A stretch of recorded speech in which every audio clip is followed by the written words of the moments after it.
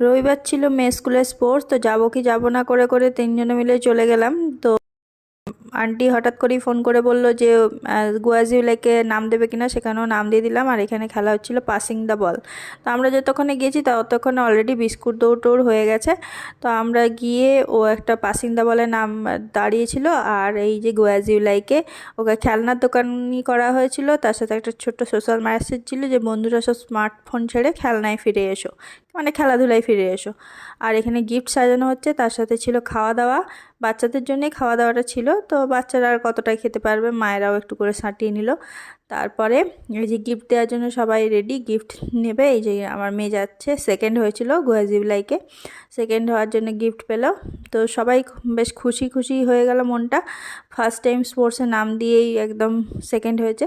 তো খুব খুশিও লাগলো, ব্যাস মেয়েও খুশি বাবাও খুশি, কারণ আইডিয়াটা বাবার ছিল। তো সেই জন্য